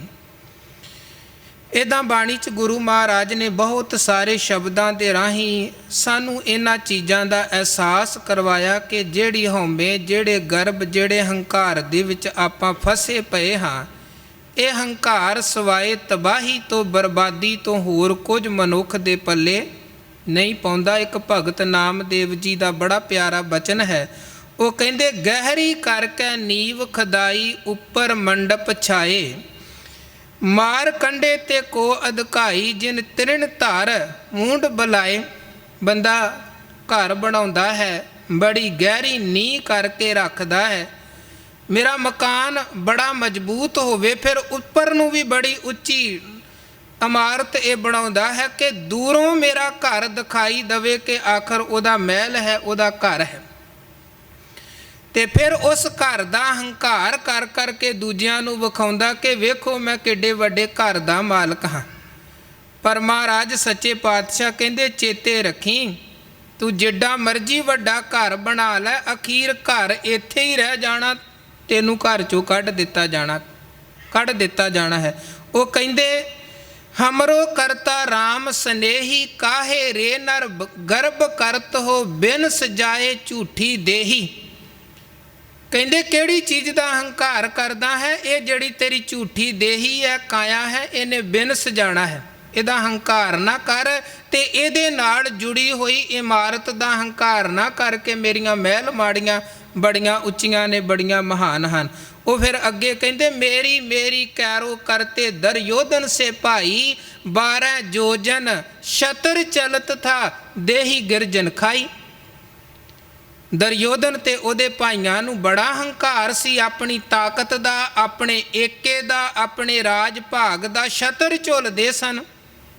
ਪਰ ਹੋਇਆ ਕਿ ਅਖੀਰ ਫਿਰ ਮਹਾਭਾਰਤ ਦਾ ਜੰਗ ਹੋਇਆ, ਉਹਨਾਂ ਦਾ ਅੰਤ ਹੋਇਆ। ਤੇ ਜਿਨ੍ਹਾਂ ਨੂੰ ਆਪਣੇ ਰਾਜ ਭਾਗ ਦਾ ਬੜਾ ਹੰਕਾਰ ਸੀ, ਰੜੇ ਮੈਦਾਨ ਦੇ ਵਿੱਚ ਲਾਸ਼ਾਂ ਪਈਆਂ ਸਨ ਤੇ ਗਿਰਜਾਂ ਨੇ ਉਹ ਮਾਸ ਨੋਚਿਆ। ਅੱਗੇ ਉਹ ਕਹਿੰਦੇ ਸਰਬ ਸੋਇਨ ਕੀ ਲੰਕਾ ਹੋਤੀ, ਰਾਵਣ ਸੇ ਅਧਕਾਈ, ਕਹਾਂ ਭਇਓ ਦਰ ਬਾਂਧੇ ਹਾਥੀ, ਖਿਨ ਮੈਂ ਭਈ ਪਰਾਈ। ਰਾਵਣ ਨੂੰ ਬੜਾ ਹੰਕਾਰ ਸੀ ਕਿ ਮੇਰੀ ਲੰਕਾ ਸੋਨੇ ਦੀ ਬਣੀ ਹੋਈ ਹੈ, ਮੇਰੀ ਲੰਕਾ, ਮੇਰੇ ਮਹਿਲਾਂ ਦੇ ਦਰਵਾਜ਼ਿਆਂ ਤੇ ਹਾਥੀ ਘੋੜੇ ਵੱਜੇ ਹੋਏ ਹਨ। ਪਰ ਗੁਰੂ ਕਹਿੰਦੇ ਜਦੋਂ ਉਹ ਭਾਣਾ ਵਰਤਿਆ, ਨਾਭੀ 'ਚ ਤੀਰ ਵੱਜਿਆ, ਰਾਵਣ ਦਾ ਅੰਤ ਆ ਗਿਆ ਤੇ ਵਾਨਰ ਸੈਨਾ ਨੇ ਲੰਕਾ ਤੇ ਕਬਜ਼ਾ ਕਰ ਲਿਆ। ਤੇ ਖਿਨ ਮੈਂ ਭਈ ਪਰਾਈ, ਜਿਹੜੀ ਲੰਕਾ ਦਾ ਰਾਵਣ ਨੂੰ ਬੜਾ ਹੰਕਾਰ ਸੀ, ਪਲਾਂ ਦੇ ਵਿੱਚ ਹੀ ਉਹ ਲੰਕਾ ਪਰਾਈ ਹੋ ਗਈ, ਬਗਾਨੀ ਹੋ। ਅੱਗੇ ਉਹ ਕਹਿੰਦੇ ਦੁਰਬਾਸਾ ਸਿਉ ਕਰਤ ਠਗੌਰੀ, ਯਾਦਵ ਇਹ ਫਲ ਪਾਏ। ਦੁਰਬਾਸਾ ਇੱਕ ਰਿਸ਼ੀ ਸੀ, ਤਪ ਕਰਨ ਵਾਲਾ। ਤੇ ਯਾਦਵ ਕੁਲ, ਜਿਸ ਕੁਲ ਦੇ ਵਿੱਚੋਂ ਸ਼੍ਰੀ ਕ੍ਰਿਸ਼ਨ ਹੋਏ ਹਨ, ਉਸ ਕੁਲ ਦੇ ਕੁਝ ਲੜਕੇ ਜਿਨ੍ਹਾਂ ਨੂੰ ਆਪਣੀ ਕੁਲ ਦਾ, ਧਨ ਦਾ, ਹੋਰ ਚੀਜ਼ਾਂ ਦਾ ਬੜਾ ਹੰਕਾਰ ਸੀ, ਇੱਕ ਦਫਾ ਮੇਲੇ 'ਚ ਗਏ ਜਿੱਥੇ ਦੁਰਬਾਸ਼ਾ ਰਿਸ਼ੀ ਵੀ ਪਹੁੰਚੇ ਹੋਏ ਸਨ। ਤੇ ਉਹਨਾਂ ਨੇ ਦੁਰਬਾਸ਼ਾ ਰਿਸ਼ੀ ਦੇ ਨਾਲ ਮਸ਼ਕਰੀ ਕਰਦਿਆਂ ਕੀ ਕੀਤਾ, ਇੱਕ ਲੜਕੇ ਨੂੰ, ਜਵਾਨ ਜਿਹਾ ਲੜਕਾ ਸੀ, ਜੇ ਦਾੜੀ ਉਹਦੇ ਆਈ ਕੋਈ ਨਹੀਂ ਸੀ, ਲੜਕੀਆਂ ਵਾਲੇ ਕੱਪੜੇ ਪਵਾ ਕੇ ਉਹਦੇ ਪੇਟ ਦੇ ਉੱਪਰ ਇੱਕ ਲੋਹੇ ਦਾ ਬਾਟਾ ਜਿਹਾ ਬੰਨ੍ਹ ਕੇ ਉੱਪਰ ਕੱਪੜਾ ਪਾ ਕੇ ਦੁਰਬਾਸ਼ਾ ਰਿਸ਼ੀ ਦੇ ਕੋਲ ਲੈ ਗਏ। ਕਹਿਣ ਲੱਗੇ ਜੀ ਦੱਸੋ ਇਹਦੀ ਕੁੱਖੋਂ ਕੌਣ ਪੈਦਾ ਹੋਏਗਾ। ਮਸ਼ਕਰੀ ਕੀਤੀ ਉਸ ਤਪੀ ਦੇ ਨਾਲ, ਰਿਸ਼ੀ ਦੇ ਨਾਲ। ਤੇ ਉਹ ਦੁਰਬਾਸ਼ਾ ਰਿਸ਼ੀ ਸਮਝ ਗਿਆ ਕਿ ਮੇਰੇ ਨਾਲ ਮਸ਼ਕਰੀ ਕਰਦੇ ਨੇ। ਬੜੇ ਖਿਜਵੇਂ ਸੁਭਾਅ ਵਾਲਾ ਸੀ, ਜੋ ਹਿੰਦੂ ਮਤ ਦੇ ਗ੍ਰੰਥਾਂ 'ਚ ਲਿਖਿਆ ਹੈ। ਉਹਨੇ ਅੱਗੋਂ ਕਹਿ ਦਿੱਤਾ ਇਹਦੀ ਕੁੱਖੋਂ ਉਹ ਪੈਦਾ ਹੋਵੇਗਾ ਜਿਹੜਾ ਤੁਹਾਡੀ ਕੁੱਲ ਦਾ ਨਾਸ਼ ਕਰੇਗਾ, ਤੁਹਾਡੀ ਕੁੱਲ ਦਾ ਨਾਸ਼ ਕਰੇਗਾ। ਤੇ ਇੱਕਦਮ ਉਹਨਾਂ ਨੂੰ ਭਾਜੜਾਂ ਪੈ ਗਈਆਂ ਕਿ ਦੁਰਬਾਸ਼ਾ ਰਿਸ਼ੀ ਦੇ ਮੁਖੋਂ ਕਿਹਾ ਹੋਇਆ ਬੋਲ ਤੇ ਸੱਤ ਹੋ ਵਰਤੇਗਾ, ਇਹ ਤੇ ਫਿਰ ਸਾਡੀ ਕੁੱਲ ਦਾ ਨਾਸ਼ ਦਾ ਕਾਰਨ ਕੋਈ ਬਣ ਸਕਦਾ। ਇਹ ਫਿਰ ਸਾਰੇ ਇਕੱਠੇ ਹੋ ਕੇ ਸ਼੍ਰੀ ਕ੍ਰਿਸ਼ਨ ਜੀ ਦੇ ਕੋਲ ਗਏ, ਜੀ ਆਹ ਕੰਮ ਹੋ ਗਿਆ, ਹੁਣ ਤੁਸੀਂ ਦੱਸੋ ਕੀ ਕਰੀਏ। ਤੇ ਕ੍ਰਿਸ਼ਨ ਜੀ ਕਹਿਣ ਲੱਗੇ ਹੁਣ ਇਹ ਜਿਹੜਾ ਬਾਟਾ ਇਹਦੇ ਪੇਟ ਤੇ ਬੰਨਿਆ ਸੀ, ਇਸ ਲੋਹੇ ਨੂੰ ਰਗੜ ਰਗੜ ਕੇ ਖਤਮ ਕਰ ਦਵੋ। ਉਹਨਾਂ ਰਗੜ ਰਗੜ ਕੇ ਉਹ ਲੋਹਾ ਖਤਮ ਕੀਤਾ। ਅਖੀਰ ਤੇ ਛੋਟੀ ਜਿਹੀ ਇੱਕ ਟੁਕੜਾ ਰਹਿ ਗਿਆ ਜਿਹਨੂੰ ਰਗੜਨ ਦੀ ਕੋਸ਼ਿਸ਼ ਕੀਤੀ, ਰਗੜਿਆ ਨਾ ਗਿਆ। ਉਹ ਫੜ ਕੇ ਉਹਨਾਂ ਨੇ ਨਦੀ 'ਚ ਸੁੱਟ ਦਿੱਤਾ। ਤੇ ਕਹਿੰਦੇ ਜਦੋਂ ਉਹ ਲੋਹੇ ਦਾ ਟੁਕੜਾ ਨਦੀ 'ਚ ਸੁੱਟਿਆ ਗਿਆ, ਉਹਨੂੰ ਇੱਕ ਮੱਛੀ ਨੇ ਨਿਗਲ ਲਿਆ। ਤੇ ਮੱਛੀ ਨੂੰ ਕਿਸੇ ਸ਼ਿਕਾਰੀ ਨੇ ਜਾਲ ਪਾ ਕੇ ਮੱਛੀ ਨੂੰ ਪਕੜ ਲਿਆ। ਤੇ ਮੱਛੀ ਨੂੰ ਜਦੋਂ ਕੱਟ ਕੇ ਉਹਦਾ ਭੋਜਨ ਬਣਾਇਆ, ਵਿੱਚੋਂ ਲੋਹੇ ਦਾ ਟੁਕੜਾ ਨਿਕਲਿਆ। ਉਹਨੇ ਉਹ ਲੋਹੇ ਦਾ ਟੁਕੜਾ ਜਿਹੜਾ ਸੀ ਆਪਣੇ ਤੀਰ ਦੇ ਅਗਲੇ ਪਾਸੇ ਲਗਾ ਲਿਆ, ਤੀਰ ਤੇ। ਇੱਧਰ ਜਿਹੜੇ ਯਾਦਵ ਕੁਲ ਦੇ ਬੱਚੇ ਸਨ, ਉਹ ਫਿਰ ਇੱਕ ਵਾਰ ਕਿਸੇ ਜਗ੍ਹਾ ਤੋਂ ਆਉਂਦੇ ਪਏ ਸਨ। ਰਸਤੇ 'ਚ ਉਹਨਾਂ ਦੀ ਕਿਸੇ ਗੱਲ ਕਰਕੇ ਲੜਾਈ ਹੋ ਗਈ। ਜਿਹੜੀ ਜਗ੍ਹਾ ਤੇ ਉਹ ਲੋਹੇ ਵਾਲਾ ਬਾਟਾ ਰਗੜਿਆ ਸੀ ਪੱਥਰਾਂ ਦੇ ਵਿੱਚ, ਉੱਥੇ ਸਰਕੜਾ ਉੱਗ ਗਿਆ ਸੀ। ਉਹਨਾਂ ਦੀ ਜਦੋਂ ਆਪਸ ਦੇ ਵਿੱਚ ਲੜਾਈ ਹੋਈ ਤੇ ਉਹ ਸਰਕੜੇ ਦੇ ਤੀਰ ਬਣਾ ਕੇ ਉਹਨਾਂ ਨੇ ਇੱਕ ਦੂਜੇ ਦੇ ਉੱਪਰ ਵਾਰ ਕਰ ਕਰਕੇ ਇੱਦਾਂ ਇੱਕ ਦੂਜੇ ਨੂੰ ਮਾਰਦਿਆਂ ਉਹ ਮਰ ਗਏ। ਪਿੱਛੇ ਰਹਿ ਗਏ ਕ੍ਰਿਸ਼ਨ ਜੀ। ਉਦਾਸ ਹੋਏ ਉਹ ਇੱਕ ਦਰਖਤ ਦੇ ਥੱਲੇ ਲੇਟੇ ਪਏ ਸਨ ਤੇ ਲੇਟਿਆਂ ਹੋਇਆਂ ਇੱਕ ਪੈਰ ਗੋਡੇ ਦੇ ਉੱਪਰ ਰੱਖਿਆ ਸੀ ਤੇ ਪੈਰ ਤੋਂ ਕੋਈ ਚੀਜ਼ ਚਮਕੀ। ਦੂਰ ਉਹ ਸ਼ਿਕਾਰੀ ਸ਼ਿਕਾਰ ਦੀ ਭਾਲ ਦੇ ਵਿੱਚ ਵਿਚਰਦਾ ਪਿਆ ਸੀ। ਉਹਨੇ ਕੁਝ ਚਮਕਦੀ ਚੀਜ਼ ਵੇਖੀ, ਸੋਚਿਆ ਹਿਰਨ ਦਾ ਪੈਰ ਹੈ। ਦੂਰੋਂ ਉਹਨੇ ਤੀਰ ਚਲਾਇਆ। ਉਹ ਤੀਰ ਜਿਹੜੇ ਤੀਰ ਦੇ ਅੱਗੇ ਉਹੀ ਲੋਹੇ ਦਾ ਟੁਕੜਾ ਲਗਾਇਆ ਹੋਇਆ ਸੀ ਜਿਹੜਾ ਲੋਹਾ ਇਹਨਾਂ ਨੇ ਪਾਣੀ ਦੇ ਵਿੱਚ ਸੁੱਟ ਦਿੱਤਾ ਸੀ। ਉਹ ਕ੍ਰਿਸ਼ਨ ਜੀ ਦੇ ਆ ਕੇ ਵੱਜਿਆ ਤੇ ਉਹਦੇ ਨਾਲ ਕ੍ਰਿਸ਼ਨ ਦੀ ਮੌਤ ਹੋ ਗਈ। ਇੱਦਾਂ ਸਾਰੀ ਕੁੱਲ ਖਤਮ ਹੋ ਗਈ। ਭਗਤ ਨਾਮਦੇਵ ਸਾਹਿਬ ਕਹਿੰਦੇ, ਵੇਖੋ ਦੁਰਬਾਸਾ ਸਿਓ ਕਰਤ ਠਗੌਰੀ ਯਾਦਵ ਇਹ ਫਲ ਪਾਏ। ਹਉਮੈ ਸੀ, ਹੰਕਾਰ ਸੀ, ਪੀਰਾਂ ਫਕੀਰਾਂ ਦੇ ਨਾਲ ਵੀ ਮਸ਼ਕਰੀਆਂ ਕਰਦੇ ਫਿਰਦੇ ਸਨ ਤੇ ਉਸ ਹੰਕਾਰ ਦਾ ਇਹ ਉਹਨਾਂ ਨੂੰ ਫਲ ਪ੍ਰਾਪਤ ਹੋਇਆ। ਆਪਣਾ ਵੀ ਅੰਤ ਕਰਵਾ ਬੈਠੇ, ਆਪਣੀ ਕੁੱਲ ਦਾ ਵੀ ਅੰਤ ਕਰਵਾ ਬੈਠੇ। ਹੰਕਾਰ ਤਬਾਹੀ ਤੇ ਬਰਬਾਦੀ ਦਾ ਕਾਰਨ ਬਣਦਾ ਹੈ। ਕੁੱਲ ਮਿਲਾ ਕੇ ਭਗਤ ਨਾਮਦੇਵ ਸਾਹਿਬ ਇਹ ਸਮਝਾ ਰਹੇ, ਕਹਿੰਦੇ ਦੁਰਬਾਸਾ ਸਿਓ ਕਰਤ ਠਗੌਰੀ ਜਾਦਵ ਇਹ ਫਲ ਪਾਏ। ਕਿਰਪਾ ਕਰੀ ਜਨ ਆਪਣੇ ਉੱਪਰ ਨਾਮ ਦਿਓ ਹਰ ਗੁਣ ਗਾਏ। ਹੈ ਮਾਲਕ ਜੀ ਆਪਣੇ ਸੇਵਕ ਤੇ ਕਿਰਪਾ ਕਰੋ, ਸਾਨੂੰ ਇਸ ਹਉਮੈ ਤੋਂ ਬਚਾ ਕੇ ਰੱਖੋ। ਇਹ ਰਹਿਮਤ ਕਰੋ ਕਿ ਅਸੀਂ ਤੁਹਾਡੇ ਗੁਣ ਗਾਉਂਦੇ ਰਹੀਏ, ਐਵੇਂ ਹਉਮੈ ਹੰਕਾਰ ਦੇ ਵਿੱਚ ਭਟਕ ਨਾ ਜਾਈਏ। ਕਿਉਂਕਿ ਜਿੱਥੇ ਹੰਕਾਰ ਤੇ ਹੰਕਾਰੀ ਬਿਰਤੀ ਹੈ ਉੱਥੇ ਖੁਆਰੀ ਤੇ ਬਰਬਾਦੀ ਤੋਂ ਬਿਨਾਂ ਹੋਰ ਕੁਝ ਨਹੀਂ ਹੈ। ਸੋ ਕਬੀਰ ਸਾਹਿਬ ਅੱਜ ਸਾਨੂੰ ਕਿਰਪਾ ਕਰਕੇ ਸਮਝਾ ਰਹੇ, ਕਹਿੰਦੇ ਕਬੀਰ ਗਰਬ ਨਾ ਕੀਜੀਐ ਚਾਮ ਲਪੇਟੇ ਹਾੜ। ਕਹਿੰਦੇ ਤੂੰ ਹੰਕਾਰ ਨਾ ਕਰ, ਹੰਕਾਰ ਨਾ ਕਰੋ। ਇਹ ਹੱਡਾਂ ਤੇ ਲਿਪਟੀ ਹੋਈ ਚਮੜੀ ਦਾ ਹੰਕਾਰ ਨਾ ਕਰੋ। ਭਾਵ ਸਰੀਰ ਦੀ ਤਾਕਤ ਦਾ ਤੇ ਸਰੀਰ ਦੀ ਸੁੰਦਰਤਾ ਦਾ ਹੰਕਾਰ ਨਾ ਕਰੋ। ਹੈ ਵਰ ਉੱਪਰ ਛਤਰ ਤਰ ਤੇ ਫੁਨ ਧਰਨੀ ਗਾੜ। ਕਹਿੰਦੇ ਜਿਨ੍ਹਾਂ ਦੇ ਕੋਲ ਬੜੀ ਤਾਕਤ ਸੀ, ਹਾਥੀਆਂ ਘੋੜਿਆਂ ਦੀ ਜਿਹੜੇ ਅਸਵਾਰੀ ਕਰਦੇ ਸਨ, ਜਿਨ੍ਹਾਂ ਦੇ ਸਿਰਾਂ ਤੇ ਛਤਰ ਤੱਕ ਝੁੱਲਦੇ ਸਨ, ਅਖੀਰ ਉਹ ਵੀ ਮਿੱਟੀ ਦੇ ਵਿੱਚ ਗੱਡੇ ਗਏ ਨੇ। ਜਿਨ੍ਹਾਂ ਦੇ ਕੋਲ ਤਾਕਤ ਬੜੀ ਸੀ, ਤਨ ਦੀ ਤਾਕਤ ਵੀ ਸੀ, ਬਾਹਰ ਦੀ ਰਾਜ ਸੱਤਾ ਦੀ ਤਾਕਤ ਵੀ ਸੀ, ਪਰ ਅਖੀਰ ਦੇ ਵਿੱਚ ਕੀ ਹੁੰਦਾ? ਗੁਰੂ ਕਹਿੰਦੇ ਪਾਵਤ ਰਲੀਆ ਜੋਬਨ ਬੜੀਆ ਨਾਮ ਬਿਨਾ ਮਾਟੀ ਸੰਗ ਰਲੀਆ। ਕਾਨ ਕੁੰਡਲੀਆ ਸੇਜ ਸੁਖਲੀਆ ਮਨ ਗਰਬਲੀਆ ਤਲੇ ਕੁਚਰੀਆ ਸਿਰ ਕਨਕ ਛਤਰੀਆ ਹਰ ਭਗਤ ਬਿਨਾ ਲੈ ਧਰਨ ਗੱਡਲੀਆ। ਗੁਰੂ ਕਹਿੰਦੇ ਜੇ ਰੱਬ ਦੀ ਭਗਤੀ ਤੇਰੇ ਕੋਲ ਨਹੀਂ ਹੈ, ਮਿੱਟੀ 'ਚ ਗੱਡਿਆ ਜਾਵੇਗਾ, ਕੁਝ ਤੇਰੇ ਪੱਲੇ ਨਹੀਂ ਉਹ ਪੈਣਾ। ਇਹ ਲੋਕ ਵੀ ਗਵਾਵੇਂਗਾ, ਪਰਲੋਕ ਵੀ ਬਰਬਾਦ ਕਰੇਗਾ। ਕਿਉਂਕਿ ਲੋਕ ਤੇ ਪਰਲੋਕ ਦੀ ਸਫਲਤਾ ਸਾਡੇ ਕਰਮਾਂ ਤੇ ਖਲੋਤੀ ਹੈ ਤੇ ਕੀਤੀਆਂ ਹੋਈਆਂ ਚੰਗਿਆਈਆਂ ਹੀ ਲੋਕ ਅੰਦਰ ਸਾਥ ਦਿੰਦੀਆਂ ਨੇ। ਕੀਤੀਆਂ ਹੋਈਆਂ ਚੰਗਿਆਈਆਂ ਦਾ ਸਾਥ ਹੀ ਪਰਲੋਕ 'ਚ ਜਾਂਦਾ ਜੇ, ਉਹਦੇ ਤੋਂ ਬਿਨਾਂ ਹੋਰ ਕੁਝ ਨਾਲ ਨਹੀਂ ਜਾਂਦਾ। ਗੁਰੂ ਨਾਨਕ ਮਹਾਰਾਜ ਲਾਹੌਰ ਜਿਸ ਵਕਤ ਪਹੁੰਚੇ ਸਨ ਤੇ ਦੁਨੀ ਚੰਦ ਲਾਹੌਰ ਦਾ ਬਹੁਤ ਅਮੀਰ ਤੇ ਧਨਾਢ ਬੰਦਾ, ਮਾਇਆ ਧਾਰੀ ਬਿਰਤੀ ਵਾਲਾ, ਬੜੀ ਮਾਇਆ ਜਿਹਨੇ ਆਪਣੇ ਕੋਲ ਇਕੱਤਰ ਕੀਤੀ ਹੋਈ ਸੀ, ਆਪਣੇ ਬਜ਼ੁਰਗਾਂ ਦਾ ਸਰਾਧ ਕਰਵਾਉਂਦਾ ਪਿਆ ਸੀ। ਕਿਉਂਕਿ ਆਹ ਦਿਨ ਸਰਾਧਾਂ ਵਾਲੇ ਚੱਲ ਰਹੇ ਨੇ ਨਾ, ਤੇ ਅਸੀਂ ਵੀ ਬੜੀ ਤਰ੍ਹਾਂ ਦੀ ਮਨਮਤ ਦੇ ਵਿੱਚ ਫਸੇ ਹੋਏ ਹਾਂ, ਜਿਨ੍ਹਾਂ 'ਚੋਂ ਗੁਰੂ ਨੇ ਸਾਨੂੰ ਕੱਢ ਕੇ ਕਿਹਾ ਸੀ ਖਾਲਸਾ ਨਿਆਰਾ ਹੈ। ਗੁਰੂ ਕਿਹਾ ਸਿੱਖਾ ਤੂੰ ਇਹ ਨਿਆਰੇ ਪੰਥ ਤੇ ਨਿਆਰੇ ਰਸਤੇ ਤੇ ਤੁਰਨਾ ਹੈ। ਅਸੀਂ ਬਾਹਰੋਂ ਤਾਂ ਭਾਵੇਂ ਕਹੀ ਜਾਈਏ ਨਿਆਰੇ ਹਾਂ, ਪਰ ਅਸਲ ਦੇ ਵਿੱਚ ਜਿਹੜਾ ਨਿਆਰਾਪਨ ਧਾਰਨ ਕਰਨਾ ਚਾਹੀਦਾ ਸੀ ਉਹ ਨਹੀਂ ਕੀਤਾ। ਉਸੇ ਤਰ੍ਹਾਂ ਵਹਿਮਾਂ ਭਰਮਾਂ ਦੇ ਵਿੱਚ ਫਸੇ ਹਾਂ।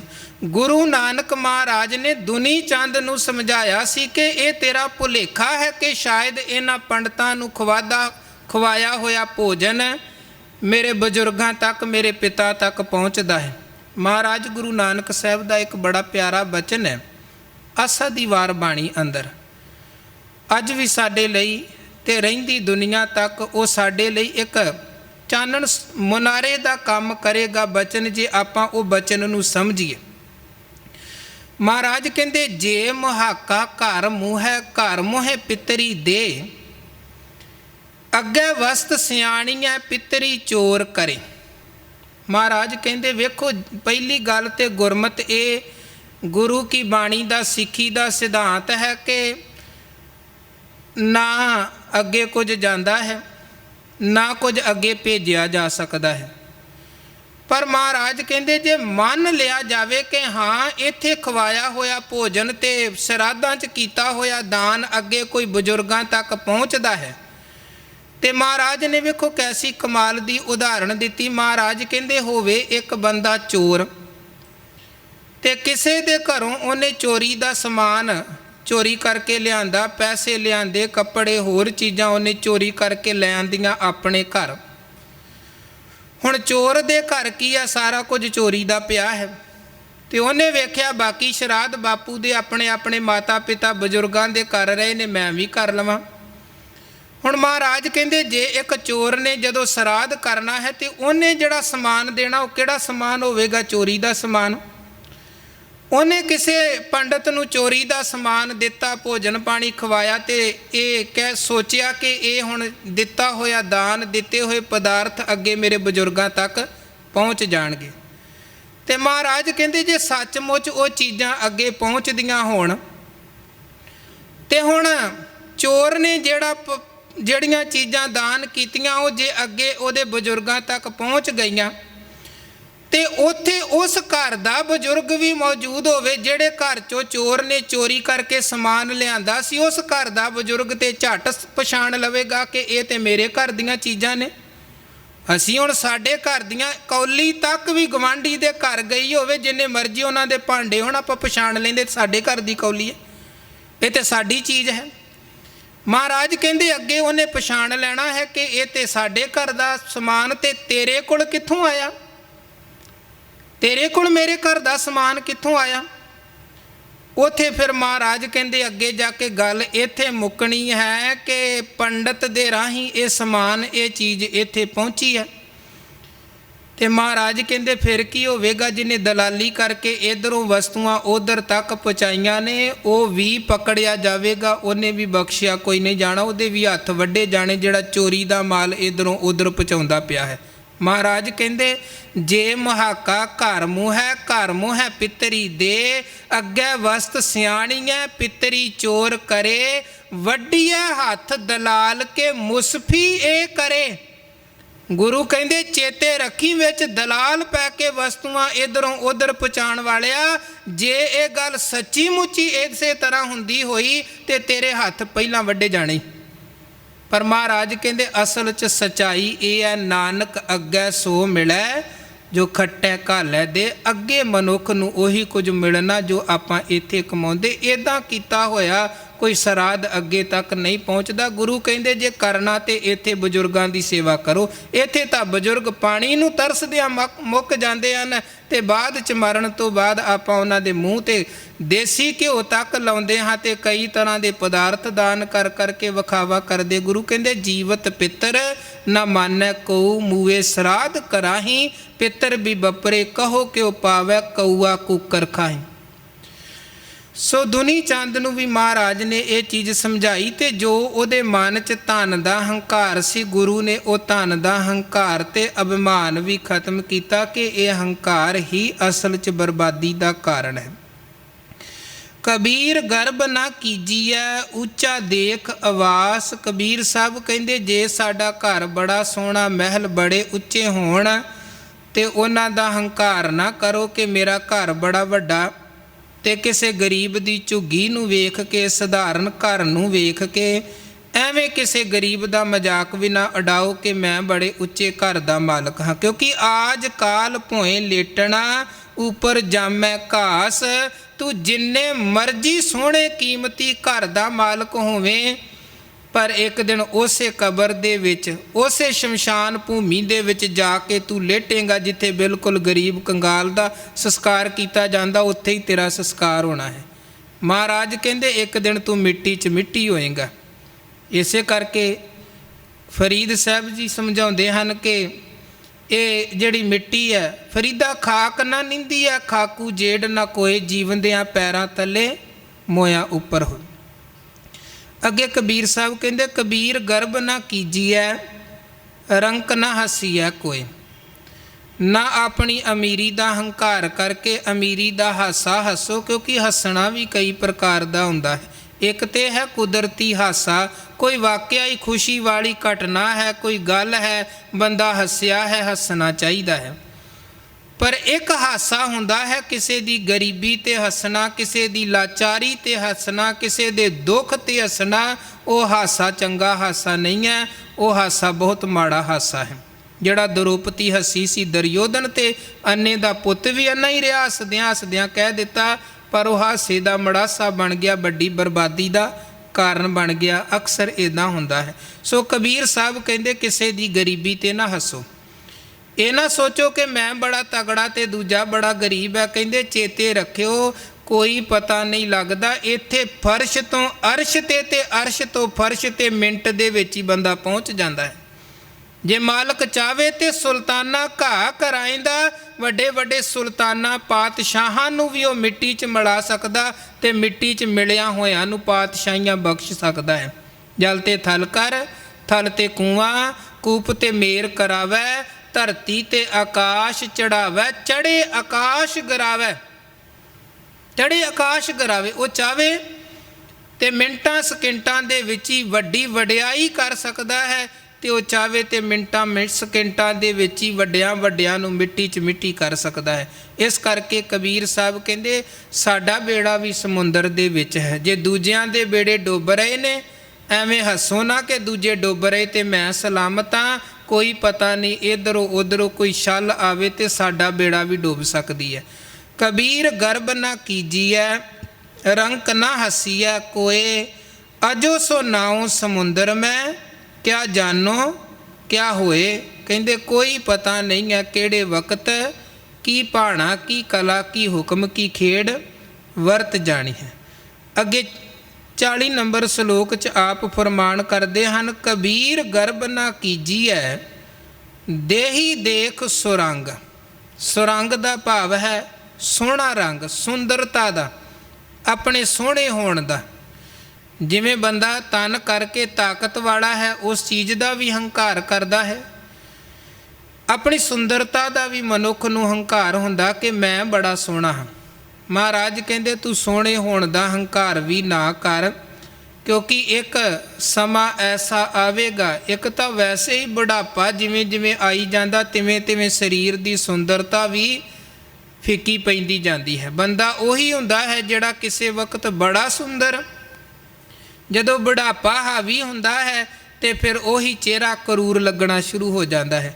ਕਬੀਰ ਜੀ ਕਹਿੰਦੇ, ਕਬੀਰ ਗਰਬ ਨਾ ਕੀਜੀਐ, ਦੇਹੀ ਦੇਖ ਸੁਰੰਗ, ਆਜ ਕਾਲ ਤਜ ਜਾਹੋਗੇ, ਜਿਉ ਕਾਂਚੁਰੀ ਭਯੰਗ। ਕਹਿੰਦੇ ਇਹ ਕਾਇਆ ਵੀ ਤੂੰ ਅੱਜ ਕੱਲ੍ਹ ਛੱਡ ਦੇਣੀ ਹੈ, ਕਾਇਆ ਤਿਆਗ ਦੇਣੀ ਹੈ। ਜਿਵੇਂ ਸੱਪ ਆਪਣੀ ਕੁੰਜ ਉਤਾਰ ਦਿੰਦਾ ਹੈ, ਇਸੇ ਤਰ੍ਹਾਂ ਤੇਰੀ ਆਤਮਾ ਨੇ ਇਹ ਸਰੀਰ ਰੂਪੀ ਸੋਹਣਾ ਸਰੀਰਕ ਚੋਲਾ ਵੀ ਛੱਡ ਦੇਣਾ ਹੈ। ਇਸ ਚੀਜ਼ ਦਾ ਵੀ ਹੰਕਾਰ ਨਾ ਕਰ। ਇੱਕ ਬਚਨ ਗੁਰੂ ਅਰਜਨ ਦੇਵ ਮਹਾਰਾਜ ਜੀ ਦਾ ਆਪਾਂ ਪੜ੍ਹਦੇ ਹਾਂ, ਜੋ ਜਾਣੈ ਮੈਂ ਜੋਬਨਵੰਤ, ਸੋ ਹੋਵਤ ਬਿਸ਼ਟਾ ਕਾ ਜੰਤ। ਜਿਹਨੂੰ ਆਪਣੇ ਜੋਬਨ ਦਾ ਬੜਾ ਹੰਕਾਰ ਹੈ, ਉਹਨੂੰ ਗੁਰੂ ਗੰਦਗੀ ਦੇ ਕੀੜੇ ਦੇ ਨਾਲ ਉਹਦੀ ਤੁਲਨਾ ਕਰਦੇ ਨੇ। ਗੁਰੂ ਮਹਾਰਾਜ ਨੇ ਤੇ ਉਹ ਸੁਖਮਨੀ ਸਾਹਿਬ ਦੀ ਅਸ਼ਟਪਦੀ ਅੰਦਰ ਕਿੰਨੀਆਂ ਉਦਾਹਰਨਾਂ, ਕਿੰਨੇ ਦ੍ਰਿਸ਼ਟਾਂਤ ਦੇ ਕੇ ਸਾਨੂੰ ਇਹ ਸਮਝਾਇਆ ਕਿ ਹੰਕਾਰ ਖੁਆਰੀ ਦਾ ਕਾਰਨ ਬਣਦਾ ਜੇ। ਇਸ ਕਰਕੇ ਨਿਮਰਤਾ ਦੇ ਧਾਰਨੀ ਬਣ ਕੇ ਰਵੋ, ਕਿਉਂਕਿ ਆਪਸ ਕੋ ਜੋ ਜਾਣੈ ਨੀਚਾ, ਸੋ ਗਨੀਐ ਸਭ ਤੇ ਉੱਚਾ। ਇਹ ਹਉਮੈ ਦਾ, ਹੰਕਾਰ ਦਾ ਰੋਗ ਬੜਾ ਪ੍ਰਬਲ ਹੈ, ਜਿਹੜਾ ਮਨੁੱਖ ਦੇ ਉੱਪਰ ਆਪਣਾ ਪ੍ਰਭਾਵ ਪਾ ਹੀ ਲੈਂਦਾ ਹੈ।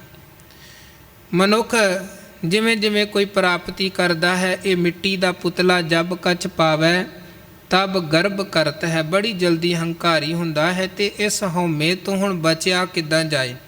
ਰੋਗ ਬੜਾ ਵੱਡਾ ਹੈ ਤੇ ਬਿਮਾਰੀ ਵੱਡੀ ਹੈ, ਤੇ ਵੱਡੀ ਬਿਮਾਰੀ ਦਾ ਇਲਾਜ ਵੀ ਵੱਡੇ ਵੈਦ ਦੇ ਕੋਲ ਹੀ ਹੋ ਸਕਦਾ ਹੈ, ਵੱਡੇ ਡਾਕਟਰ ਦੇ ਕੋਲ ਹੀ। ਉਹ ਵੈਦ ਕੌਣ ਹੈ?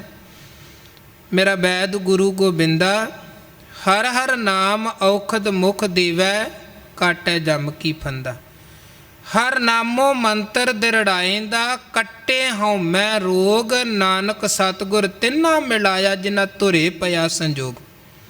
ਮਹਾਰਾਜ ਕਹਿੰਦੇ ਗੁਰੂ ਪਰਮਾਤਮਾ ਦਾ ਨਾਮ ਜੀਵਨ 'ਚ ਦ੍ਰਿੜ ਕਰਵਾ ਕੇ ਆਪਣੇ ਸ਼ਬਦ ਦੀ ਬਰਕਤ ਦੇ ਨਾਲ ਸਾਡੇ ਅੰਦਰ ਦੇ ਹਉਮੈ ਦੇ ਰੋਗ ਨੂੰ ਗੁਰੂ ਖਤਮ ਕਰਦੇ ਨੇ। ਗੁਰੂ ਦੀ ਕਿਰਪਾ ਇਹ ਹਉਮੈ ਦੇ ਰੋਗ ਨੂੰ ਖਤਮ ਕਰਦੀ ਹੈ। ਆਸਾ ਦੀ ਵਾਰ ਅੰਦਰ ਗੁਰੂ ਕਹਿੰਦੇ ਹਉਮੈ ਦੀਰਘ ਰੋਗ ਹੈ, ਦਾਰੂ ਪੀ ਇਸ ਮਾਹੇ। ਕਿਰਪਾ ਕਰੇ ਜੇ ਆਪਣੀ, ਤਾਂ ਗੁਰ ਕਾ ਸ਼ਬਦ ਕਮਾਹੇ। ਰੋਗ ਬੜਾ ਵੱਡਾ ਹੈ ਪਰ ਇਹਦਾ ਇਲਾਜ ਵੀ ਹੈ। ਜੇ ਮਾਲਕ ਕਿਰਪਾ ਕਰੇ, ਬੰਦਾ ਗੁਰੂ ਦੇ ਸ਼ਬਦ ਦੀ ਕਮਾਈ 'ਚ ਜੁੜ ਜਾਏ ਤੇ ਗੁਰੂ ਦੇ ਸ਼ਬਦ ਦੀ ਰਹਿਮਤ ਕਿਰਪਾ ਤੇ ਮਾਲਕ ਦੀ ਕਿਰਪਾ ਸਦਕਾ ਇਹ ਹਉਮੈ ਦੇ ਰੋਗ ਤੋਂ, ਹੰਕਾਰ ਦੇ ਰੋਗ ਤੋਂ ਵੀ ਮੁਕਤੀ ਪਾ ਲੈਂਦਾ। ਬੜਿਆਂ ਦੇ ਉੱਪਰ ਗੁਰੂ ਦੀ ਰਹਿਮਤ ਵਰਤੀ। ਭਾਈ ਨੰਦ ਲਾਲ ਜਦੋਂ ਪਹਿਲੀ ਵਾਰ ਦਸਮ ਪਾਤਸ਼ਾਹ ਦੇ ਦਰਬਾਰ 'ਚ ਆਏ ਸਨ ਤੇ ਬੜਾ ਹੰਕਾਰ ਦੇ ਨਾਲ ਸੀਨਾ ਚੌੜਾ ਕਰਕੇ ਕਹਿਣ ਲੱਗੇ, ਜੀ ਮੈਂ ਅਰਬੀ ਫਾਰਸੀ ਭਾਸ਼ਾ ਦਾ ਉੱਚ ਕੋਟੀ ਦਾ ਵਿਦਵਾਨ ਹਾਂ ਤੇ ਹਿੰਦੁਸਤਾਨ ਦੇ ਬਾਦਸ਼ਾਹ ਦੇ ਬੱਚਿਆਂ ਨੂੰ ਪੜ੍ਹਾਉਣ ਵਾਲਾ। ਮਹਾਰਾਜ ਨੇ ਕਿਹਾ, ਨੰਦ ਲਾਲ ਅਸੀਂ ਕਦੋਂ ਤੇਰੀ ਵਿਦਿਆ ਤੇ ਤੇਰੇ ਗਿਆਨ ਤੇ ਤਰਕ ਕਰਦੇ ਹਾਂ। ਨੰਦ ਲਾਲ ਭਾਂਡਾ ਸੋਹਣਾ ਬੜਾ ਹੈ, ਅਸੀਂ ਕਬੂਲ ਕਰਦੇ ਹਾਂ, ਪਰ ਸੱਚ ਇਹ ਹੈ ਕਿ ਬਾਹਰ ਦਾ ਇਹ ਸੋਹਣਾ ਸੁੰਦਰ ਭਾਂਡਾ ਅੰਦਰੋਂ ਮੈਲ ਤੇ ਗੰਦਗੀ ਦੇ ਨਾਲ ਭਰਿਆ ਹੈ। ਉਹਨਾਂ ਦਾ ਕਹਿਣ ਦਾ ਭਾਵ ਸੀ ਕਿ ਠੀਕ ਹੈ ਤੇਰੇ ਕੋਲ ਵਿਦਵਤਾ ਹੈ, ਪਰ ਅੰਦਰ ਹੰਕਾਰ ਦੀ ਹਉਮੈ ਦੀ ਗੰਦਗੀ ਭਰੀ ਪਈ ਹੈ ਤੇ ਉਹ ਭਾਂਡਾ ਬਾਹਰੋਂ ਜਿੰਨਾ ਮਰਜ਼ੀ ਸੋਹਣਾ ਹੋਵੇ ਕਿਸੇ ਕੰਮ ਨਹੀਂ ਜਿਹਦੇ ਅੰਦਰ ਹੀ ਗੰਦਗੀ ਭਰੀ ਪਈ ਹੈ। ਹੁਣ ਆਪਾਂ ਘਰਾਂ 'ਚ ਡਸਟਬਿਨ ਰੱਖਦੇ ਹਾਂ, ਬਾਹਰੋਂ ਜਿੰਨਾ ਮਰਜ਼ੀ ਸਾਫ਼ ਹੋਵੇ ਪਰ ਉਹਦੇ ਅੰਦਰ ਤੇ ਗੰਦਗੀ ਹੁੰਦੀ ਹੈ ਤੇ ਉਹਨੂੰ ਫਿਰ ਇੱਕ ਨੁੱਕਰੇ ਹੀ ਲਾ ਕੇ ਰੱਖਦੇ ਆ ਨਾ। ਮਹਾਰਾਜ ਕਹਿਣ ਲੱਗੇ, ਨੰਦ ਲਾਲ ਭਾਂਡਾ ਸੋਹਣਾ ਜਿੰਨਾ ਮਰਜ਼ੀ ਹੋਵੇ, ਜੇ ਅੰਦਰ ਗੰਦਗੀ ਹੋਵੇ ਤੇ ਫਿਰ ਉਹਦਾ ਕੋਈ ਮੁੱਲ ਨਹੀਂ ਹੋ। ਇਹ ਵੀ ਵਿਦਵਾਨ ਸੀ, ਸਮਝ ਗਿਆ। ਕਹਿਣ ਲੱਗਾ, ਮਹਾਰਾਜ ਅੱਜ ਤੱਕ ਲੋਕ ਭਾਂਡੇ ਨੂੰ ਬਾਹਰੋਂ ਵਹਿੰਦੇ ਰਹੇ ਨੇ, ਸਲਾਉਂਦੇ ਰਹੇ ਨੇ, ਉਹਦੇ ਨਾਲ ਅੰਦਰ ਦੀ ਹਉਮੈ ਗੰਦਗੀ ਵੱਧਦੀ ਰਹੀ ਹੈ। ਅੱਜ ਤੱਕ ਕਿਸੇ ਨੇ ਭਾਂਡੇ ਦੇ ਅੰਦਰਲੇ ਪਾਸੇ ਨਹੀਂ ਸੀ ਵੇਖਿਆ। ਜੇ ਤੁਸੀਂ ਭਾਂਡੇ ਦੇ ਅੰਦਰ ਨੂੰ ਵੇਖਿਆ ਹੈ ਤੇ ਹੁਣ ਕਿਰਪਾ ਕਰਕੇ ਦੱਸੋ ਕਿ ਭਾਂਡੇ ਦੇ ਅੰਦਰ ਦੀ ਗੰਦਗੀ ਕਿੱਦਾਂ ਮੁੱਕ ਸਕਦੀ ਹੈ, ਭਾਵ ਹਉਮੈ ਕਿੱਦਾਂ ਖਤਮ ਹੋ ਸਕਦੀ ਹੈ। ਫਿਰ ਗੁਰੂ ਨੇ ਇੱਕੋ ਬਚਨ ਕਿਹਾ, ਨੰਦ ਲਾਲ ਸੇਵਾ ਕਰਿਆ ਕਰ, ਸੇਵਾ ਕਰਕੇ ਭਾਂਡਾ ਸਾਫ਼ ਹੋਏਗਾ। ਬਾਹਰ ਦੇ ਭਾਂਡੇ ਸਾਫ਼ ਕਰਦਿਆਂ ਕਰਦਿਆਂ ਭਾਈ ਨੰਦ ਲਾਲ ਨੇ ਆਪਣੇ ਮਨ ਰੂਪੀ ਭਾਂਡੇ ਨੂੰ ਵੀ ਹਉਮੈ ਤੋਂ ਮੁਕਤ ਕਰ ਲਿਆ। ਤੇ ਜਿਹੜਾ ਨੰਦ ਲਾਲ ਕਦੇ ਦਾਅਵਾ ਕਰਕੇ ਕਹਿੰਦਾ ਸੀ ਮੇਰੇ ਵਰਗਾ ਵਿਦਵਾਨ ਕੋਈ ਨਹੀਂ ਹੈ, ਉਸੇ ਨੰਦ ਲਾਲ ਨੇ ਗੁਰੂ ਸਾਹਮਣੇ ਹੱਥ ਜੋੜ ਕੇ ਕਿਹਾ ਸੀ, ਦਾਤਾ ਮੈਂ ਤੇਰੇ ਘਰ ਦੇ ਕੂਕਰਾਂ ਦਾ ਵੀ ਕੂਕਰ ਹਾਂ, ਤੇਰੇ ਘਰ ਦੇ ਗੁਲਾਮਾਂ ਦਾ ਵੀ ਗੁਲਾਮ ਹਾਂ। ਕਦੋਂ ਇਹ ਰਹਿਮਤ, ਕਦੋਂ ਇਹ ਜੀਵਨ ਅੰਦਰ ਤਬਦੀਲੀ ਆਈ? ਜਦੋਂ ਗੁਰੂ ਨੇ ਕਿਰਪਾ ਕੀਤੀ, ਸੇਵਾ ਸ਼ਬਦ ਤੇ ਸਿਮਰਨ ਦੀ ਕਮਾਈ ਹੋਈ ਤੇ ਫਿਰ ਜੀਵਨ ਹਉਮੈ ਤੋਂ ਮੁਕਤ ਹੋ ਗਿਆ।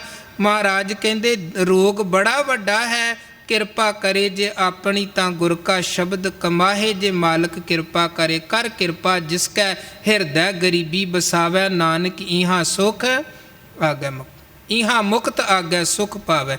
ਉਹ ਇੱਥੇ ਵੀ ਇਹਦੇ ਤੋਂ ਮੁਕਤੀ ਖਲਾਸੀ ਪਾਉਂਦਾ ਜੇ, ਅੱਗੇ ਵੀ ਸੁਖ ਪਾਉਂਦਾ ਹੈ। ਸੋ ਗੁਰੂ ਕਿਰਪਾ ਕਰੇ। ਕਬੀਰ ਸਾਹਿਬ ਨੇ ਇਹ ਹਉਮੈ ਦੇ ਜਿਹੜੇ ਨੁਕਸਾਨ ਹਨ ਉਹ ਸਾਨੂੰ ਦੱਸੇ ਹਨ। ਇਹਨਾਂ ਨੂੰ ਸਮਝਦਿਆਂ ਹੋਇਆ ਆਪਾਂ ਨਿਮਰਤਾ, ਗਰੀਬੀ, ਹਲੀਮੀ ਦੇ ਧਾਰਨੀ ਬਣੀਏ। ਗੁਰੂ ਕੀਆਂ ਖੁਸ਼ੀਆਂ ਮਿਲਣ, ਭੁੱਲਾਂ ਚੁੱਕਾਂ ਦੀ ਖਿਮਾ ਕਰਨੀ। ਫਤਿਹ ਪ੍ਰਵਾਨੋ ਜੀ। ਵਾਹਿਗੁਰੂ ਜੀ ਕਾ ਖਾਲਸਾ, ਵਾਹਿਗੁਰੂ ਜੀ ਕੀ ਫਤਿਹ। ਰੰਕ ਦੀ ਮਹੱਲਾ ਤੀਜਾ। ਆਨੰਦ ਏਕ ਓੰਕਾਰ। ਸਤਿ